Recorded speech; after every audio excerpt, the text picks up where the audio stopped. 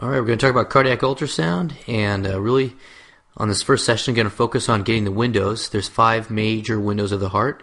We're going to go through those 5 windows, and in between some of these windows, we're going to show some pathology. So, without further ado, the parasternal long, apical 4-chamber, and subxiphoid view of the heart are seen here with the respective indicators.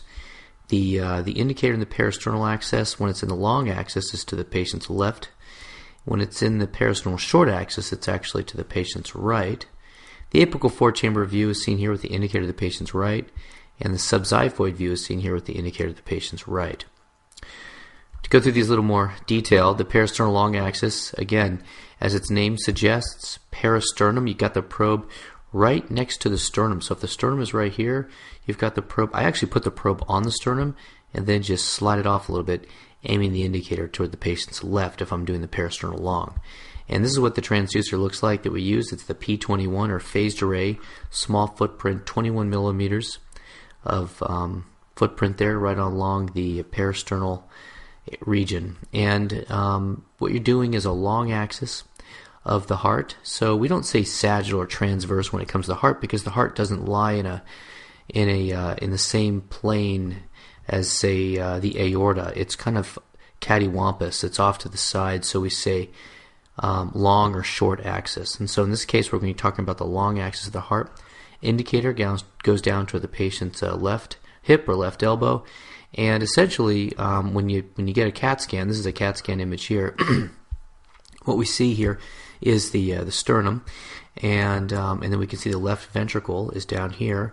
The right ventricle outflow tract, as sometimes it's called, or the right ventricle, you could say, is up here. And then the left atrium is down here. So it's really a 3-chambered view. So the blood's going here from the left atrium into the left ventricle and then out the aortic outflow tract. So we can see the RV, the LV, and the LA, and this is the aorta seen distal to it here. Notice that the heart is in a long axis while the descending aorta is seen in a short axis. And it's right up against the pleural space. In fact, the pericardium is what surrounds the heart, and the pericardium and the pleura are right up against each other right here. That reflection is coming along right here.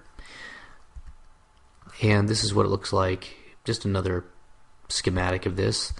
The parasternal long axis, we can see the left atrium goes into the left ventricle through the mitral valve. This is the anterior leaflet of the mitral valve, sometimes called the septal leaflet because it comes up next to the septum during diastole. And then this is the posterior leaflet of the mitral valve, and this is the aortic outflow tract seen right here.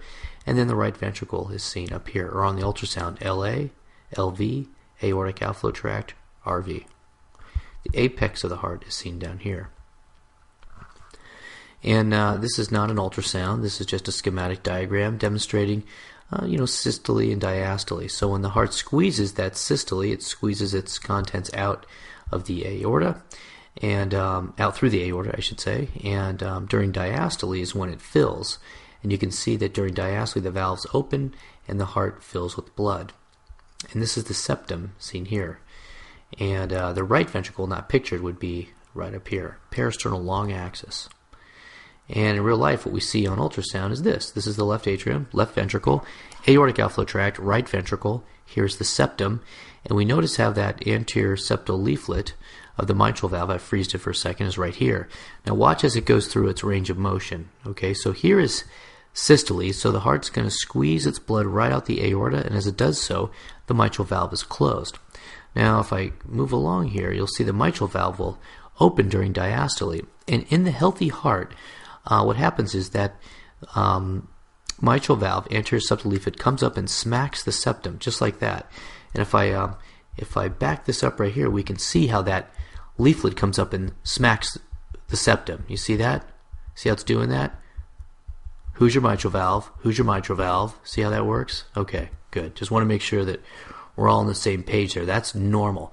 The other normal thing that I see going on here is the septum and the posterior wall. Now, what you like to see in the normal heart is that, imagine you're a little red blood cell sitting right here in the left ventricle, and you look up to the septum and you look down to the posterior wall of the heart, and they both come towards you with a good degree of motion, and that's good. So another way to think about this is the end diastolic volume that's in the heart compared to the end systolic volume. So let's see here. Here's the end systolic volume. Notice that there's just not much left in terms of the volume. That's good. It pumped it all out. Compared to the end diastole, where it's nice and full. And so what you kind of want to look at is the comparison of those two volumetric measurements. Now you can do a lot of fancy calculations here, but a lot of studies have showed that a qualitative look at the heart, by looking at the septal leaflet and by looking at this squeeze here, is enough to judge whether the left ventricle is functioning well or not. So this is a normal parasternal long axis of the heart, and just to lay the anatomy on there a little bit for you, you can see this is like the descending aorta seen down here. Here's another example here of a parasternal long axis. Again, we see the left atrium, left ventricle, aortic outflow tract, right ventricle, and there's that descending aorta seen right here. We see this mitral valve comes up, and let's see if I can get to do it right. There. Boom. Nice and close to the septum. We like to see that. And then we see some good squeeze of that chamber as well. So again, I look at the anterior septal leaflet of the mitral valve, and I go ahead and look at the posterior wall and the interventricular septum, how well they squeeze towards one another. And clinically, the way I would use this is, let's say this patient had low blood pressure, and I'm trying to decide what to do next. And generally speaking, I can give more fluids to try to get the patient back up on that Starling curve. Or occasionally, the heart doesn't beat strong enough, so I have to be very careful with fluids. You see, because if the left heart doesn't beat strong enough, you can get buildup of fluid into the lungs, and resulting in pulmonary edema. So it's easy to put a patient into what we call fluid overload if we don't have a patient with a good functioning heart. Take, for example, this heart. Is the mitral valve coming up and smacking that septum? Nope. What about back here? Do we see a lot of good squeeze here? A lot of delta or change in the chamber size between end systole and end diastole? Nope. So this here is a patient that, if the nurse comes to me and says, Dr. Fox, the guy in bed 5, his blood pressure is 70, is it okay if I give him a liter bolus of fluid? And you're tempted to say, sure, go ahead and do that. Let me know what the blood pressure shows when you're done. But really, the right thing to do is go to the bedside, take a look at the patient's heart. Because if you saw this heart doing this, you have to be very judicious with the use of fluids. In fact, you may consider going straight to another therapy, like an inotropic therapy, like dobutamine, to try to get the heart to squeeze harder. So this patient has poor left ventricular function. So we use this every single day in the emergency department and up in the ICU. Screening athletes for heart problems. Dr. Barry Ramo reveals how certain tests can save lives. It seems like every week we hear about competitive athletes dying suddenly on the playing field. The question is, should competitive athletes be periodically screened for heart problems before they compete? A recent study published in the British Medical Journal found if athletes were screened before an event, the risk of sudden cardiac arrest could be detected and lives could be saved. In Italy, where all athletes are screened, scientists looked at more than 30,000 athletes who underwent an electrocardiogram and found almost 5% of them had some heart abnormality that could lead to sudden death. According to researchers, a young athlete dies every 3 days from an undiagnosed heart problem in the U.S. That's because in most cases the problem goes undetected until they compete. The major cause of sudden cardiac death in athletes is a disease called hypertrophic cardiomyopathy. Often patients with this problem will have a family history of the disease, there'll be a family history of sudden cardiac death, or they'll have some physical findings on examination. But the best test is an echocardiogram, which is an ultrasound of the heart. So far, we're not doing routine screening of athletes, whether they're professional athletes or whether they're just regular high school athletes. But that might be something in the future to weed out those kids who are at high risk for sudden cardiac death. For Health Beat, I'm Dr. Barry Ramo, KOAT Action 7 News, live this morning. So now that you know how the what the peristernal long axis looks like, you can get an idea of where the septum of the heart is. And you can see here with this patient who's got septal wall, or asymmetrical septal wall thickening right here. In other words, it's the septum that's thick and the other walls look okay. This is what's known as hypertrophic cardiomyopathy. And you saw that little catheter go in there, and they can treat that by injecting ethanol right into the septum to help shrink it. And because, see, what happens is as a person's exercising with this septal hypertrophy, it can actually block the outflow of the blood out the left ventricle into the aorta, and they can have syncope. They can pass out because not enough blood is getting up to the carotids to get blood to the brain. And so to identify this, you can't really diagnose it using an EKG. It doesn't have good enough test characteristics, but ultrasound has excellent test characteristics to pick this up. It's really easy to do. Now that you know how to get a peristernal long axis, this is actually a relatively straightforward and easy thing to screen for. I'm just throwing this in there as sort of a clinical correlate to make this interesting. So patients who have hypertrophic cardiomyopathy can have all kinds of non-specific types of symptoms, and none of these really point exactly to the diagnosis. It's just, could be lots and lots of different things can cause all these things. And so that's why you end up turning to imaging to help you with your diagnosis. Now, this is a patient here who does not have hypertrophic cardiomyopathy. Really, it's just this is the septum here, and you look at it and you can freeze the image here, and then you can measure across the septum using the calipers. Now, what you can do is kind of glance over here. These are 1 centimeter hash marks, and as long as this is less than 1.2 centimeters, then it's normal. As this next chart shows here, a normal septum is between 0.8 and 1.2 centimeters, and so that's kind of the thing to memorize. And then once you get above 1.5 centimeters, you get this hypertrophic cardiomyopathy.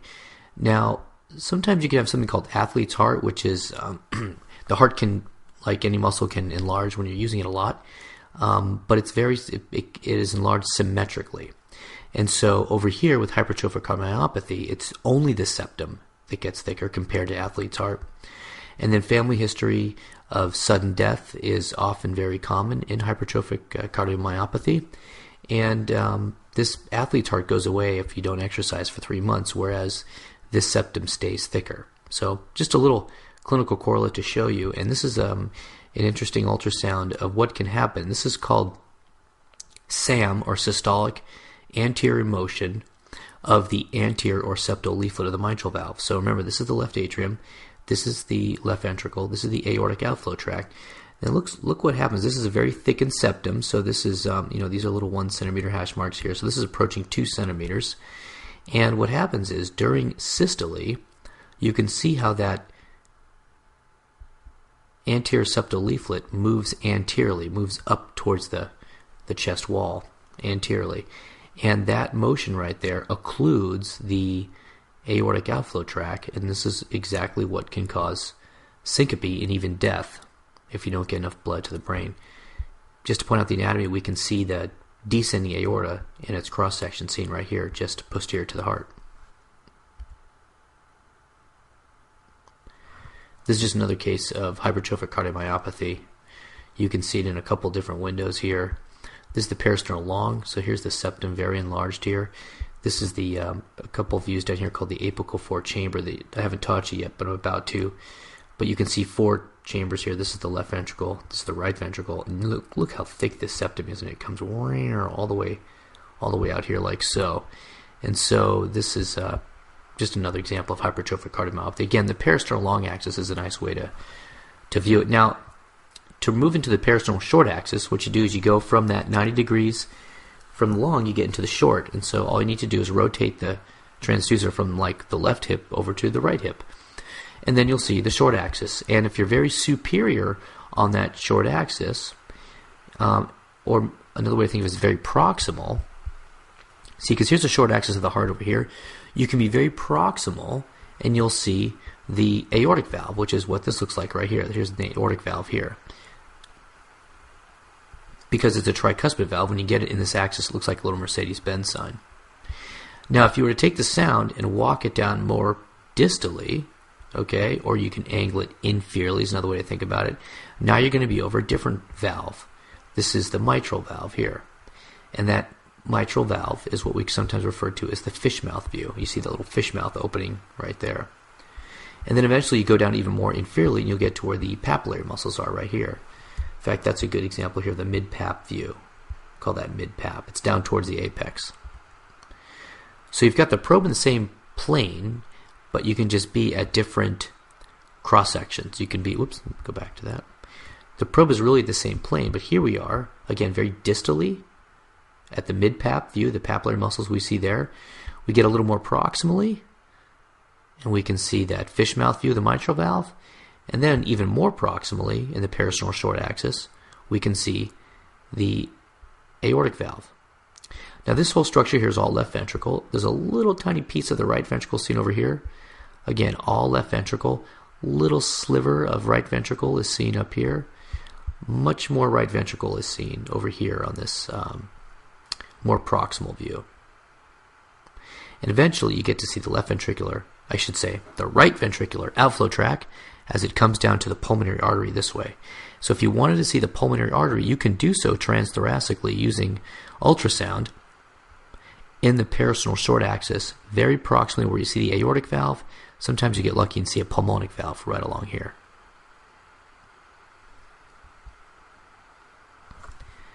Another example of the peristernal short axis, we see the right ventricle here, the left ventricle over here.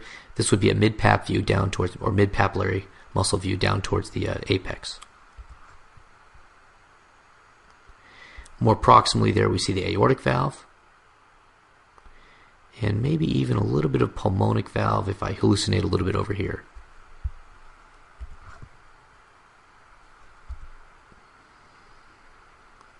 Now, this is just a little clinical correlate here for you. This is down the peristernal short axis, down towards the papillary muscles, down towards the apex.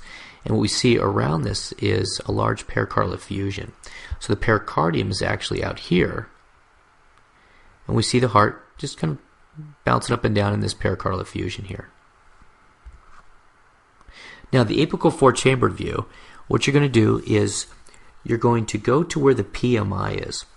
The PMI is the point of maximal impulse. It's a dime-sized space or location where the heart comes to the chest wall. You can even feel it on yourself, just kind of on your left chest if you lay towards your left-hand side. So if you're laying in bed and you roll off to your left and you put your hand on the left side of your chest, you'll feel that PMI come right to your hand. And there's a little point where it does that, and that's where you want to place this transducer. Now patients who have chronic obstructive pulmonary disease or who smoke a lot, they lose that PMI. It goes away because their lungs expand to fill that little space. And so smokers, this is a very difficult window to obtain in patients who smoke or have chronic obstructive pulmonary disease or COPD. But this next week with your models, you'll see none of them do that. So they all have really good PMIs. And so this is a pretty easy window to get, hopefully next week. Now, as this guy's laying over, I don't know if you could tell or not, but he's kind of laying off to his side. He's on his left side. So that's the position the patient really needs to be in for this apical four-chamber view. It also helps to do that for the peristernal long view as well, to tell you the truth, because that brings the heart to the chest wall a little bit better. So either of these views, it helps to have them lay on their left side. This is a nice view to compare the chamber sizes, because here we see the left ventricle, the right ventricle, the left atrium, and the right atrium. And on the left side of the heart, we can see the mitral valve, and on the right side of the heart, we see tricuspid valve.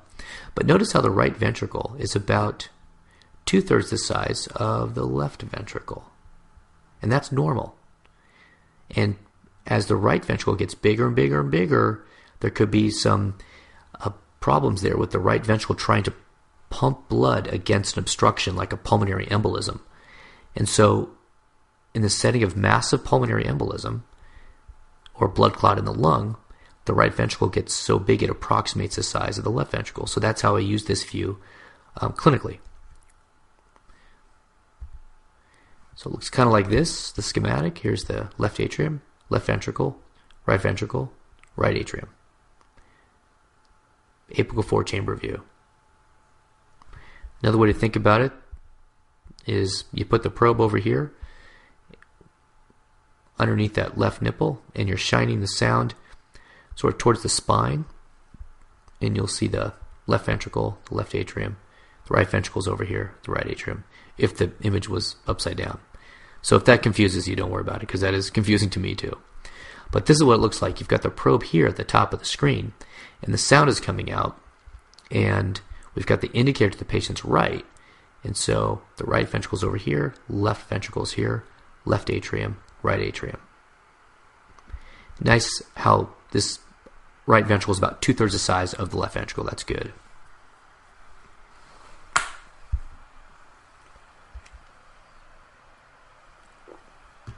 Just the chambers with their labels there in case you forgot.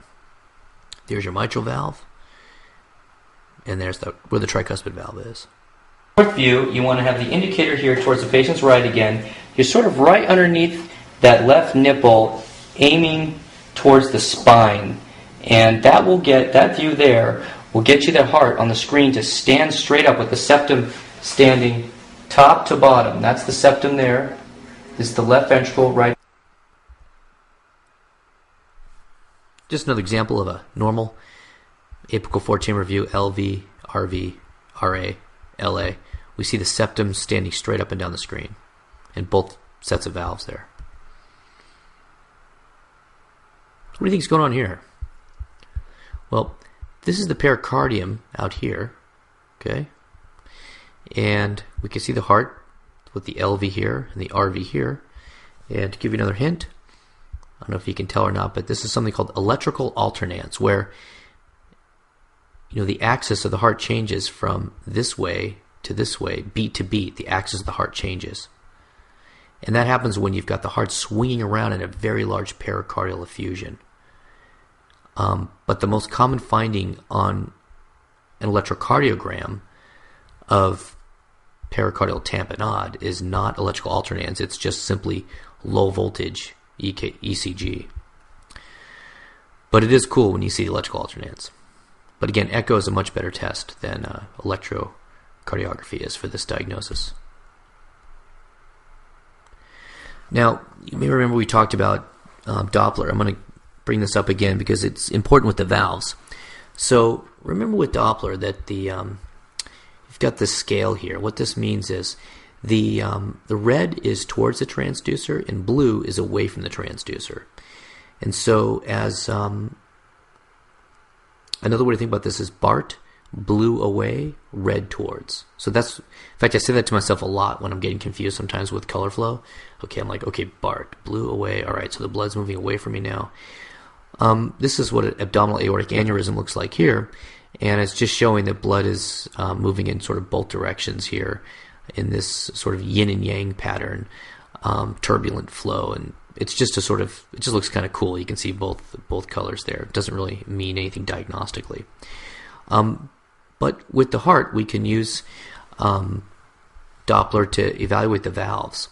Now, this is an example here of the peristernal long axis, just to demonstrate where the mitral valve is.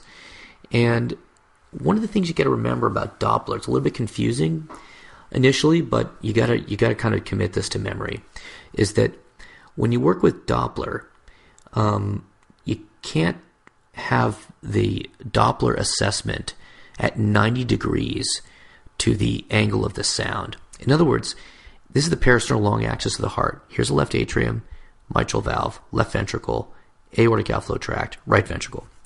The mitral valve is exactly 90 degrees. It's perpendicular to where the probe is, and the flow is moving at a 90-degree angle. So this is the incorrect way to try to assess the mitral valve when using color. Instead, a healthy mitral valve keeps your blood moving in the right direction. A leaky valve, and I'll show you what I mean by that here. So this is the apical four-chambered view, and we see the LV is here, the RV is here, and the way the sound is aiming, it's like you think about the probe with throwing the sound down the barrel of a gun. And what I mean by that is now the flow is either coming up directly towards the probe, more parallel to the sound rather than perpendicular, and that gives you a much more accurate assessment of what's happening with that valve in terms of color flow. And so if this is the left atrium and this is the left ventricle, just to kind of make this clinically correlate for you. During systole, right there, you see how this heart squeezes during systole, we expect the blood to flow out the aortic valve, which isn't seen in this view. What we don't want to happen is this. We don't want the blood blue away. We don't want to see this blue jet come squirting all the way back to the back wall of the left atrium. So this is severe mitral valve regurgitation. See, during systole, I should say during diastole, we see we see the red come right up into that ventricle, which is what we expect. But then during systole, we see all this blue away right through that valve. And that's severe mitral regurg when you see that. So put it another way, we see another blue jet on this other heart squirting to the back wall, and that's not good. That's not supposed to happen. That valve is incompetent, and we have a lot of blue away happening right there. And unfortunately for the same patient, they also have tricuspid regurgitation. We see this blue away jet happening a lot during systole down here as well.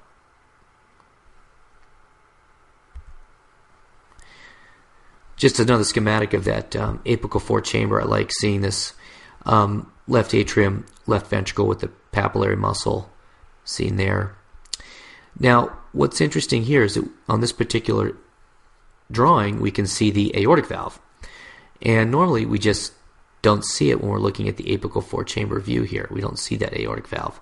I mean, they're kind of trying to point it out here to you, but frankly, I don't see it. It's not until you tilt the transducer more anteriorly will these two structures start to move away. The RV and the RA kind of go out of the picture, and now you get a lot more of the aortic valve in the view. And that's called the apical 5 chamber, the 5th chamber being sort of air quotes around the aortic valve. You basically just tilt the transducer or angle up from that apical 4 chamber view. You just kind of angle it up a little bit, and you'll start to see a lot more of that aortic valve come into view, the aortic outflow tract. So you see what's happening here? We're losing that RV and the RA. Now we're starting to see this aortic valve in here, the aortic outflow tract. This is the LA and the LV seen here. And if we put a little flow on here, during systole, we see the blood going blue all the way down through the aortic valve. And that's what we want. We want to pump that blood right out of there. That's the idea.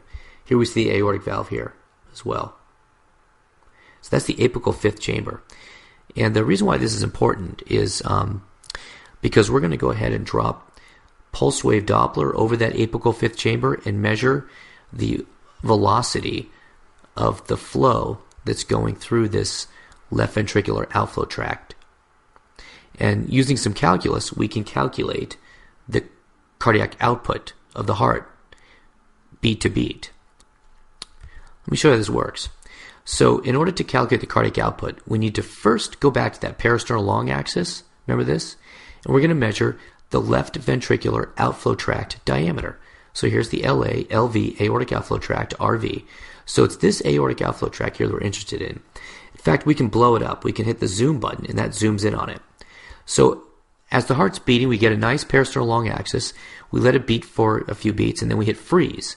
And then we hit zoom, and now we can go forwards or go backwards. And when we see this little minus sign right here, see that? This is when the valve is closed. We want to rotate the image. We want to kind of scroll back to where the valve is open.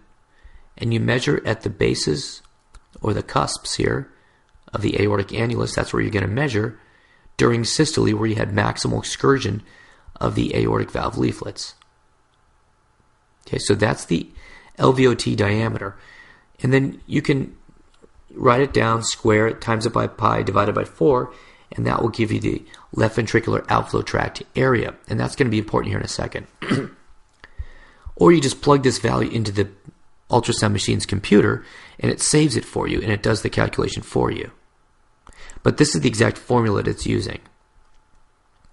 Once we have the left ventricular outflow tract area, then what we're going to need to do is get the velocity time integral, or it's the amount of blood going through the left ventricular outflow tract which is given by this velocity time integral. And so it's the envelope of the flow that's coming all the way through that aortic valve. It's that envelope right there that we need to do a little calculus on, or integral of. And so you line up the pulse wave Doppler signal right over the apical fifth chamber, and then you activate it, and then we get this tracing. And then you can manually trace this envelope of flow, or the computer actually does it for you automatically. And so once it has that LVOT diameter which you measured, it squares it times by pi, divided by 4, and then it multiplies it by the velocity time integral, or that envelope. And what that gives you is stroke volume. And the whole time the machine is watching the heartbeat, and so it knows the heart rate. And so it does this whole thing automatically and calculates for you cardiac output, which is this term, stroke volume, times the heart rate. And we'll be practicing this at the bedside stations tomorrow, or this week, whenever your session is. And finally, the last view of the heart is a subxiphoid view. And what you're going to do is you're going to look underneath the chest here. You're going to take the probe and you're going to stick it down here underneath the xiphoid process. And, I go back and forth between calling this subxiphoid or subcostal. You really start off sort of subcostally underneath the rib margin and then slowly slide it up into this subxiphoid area. And you're going to use the liver to see the heart. This is this four-chambered view of the heart. Again, we're subcostally here, or subxiphoid. So you start with the indicator of the patient's right, looking underneath the costal margin at the liver, using the liver as your window. Now, if you have a patient who's got a very small liver from drinking too much alcohol, you cannot obtain a decent subxiphoid view. But the trick is to look first over here at the liver and then slide the probe slowly right up into that subxiphoid notch, aiming the beam towards the chin. You never want to go past midline, because if you go over here to the left side of the body, well, there's no more liver over here anymore, and you're not going to see the heart. You got to stop right about midline and aim the beam right towards the chin.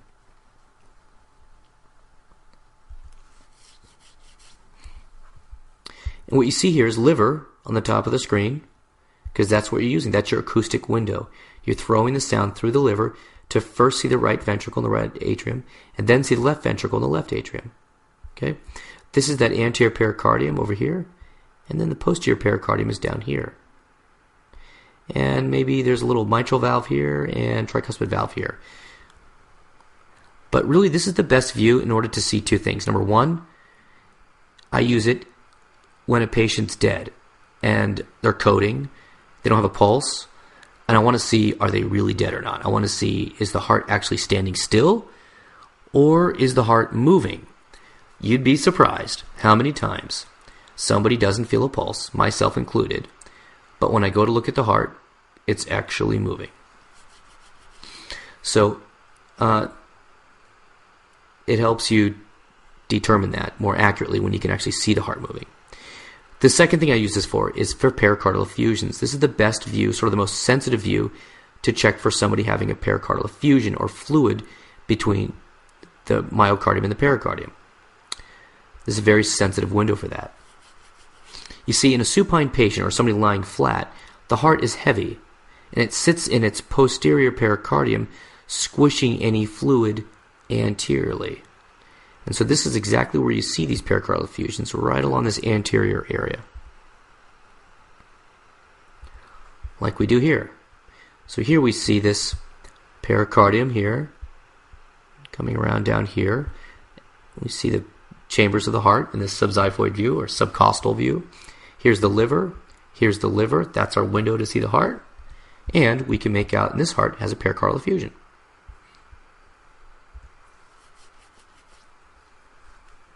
Here's another example here of a pericardial effusion. We can see the liver here. Notice how I start at the liver and I just rotate the transducer into that subcostal notch, and subxiphoid notch or whatever, and I can see this pericardial effusion up in here. Looks like a little man is inside jumping up and down on a trampoline.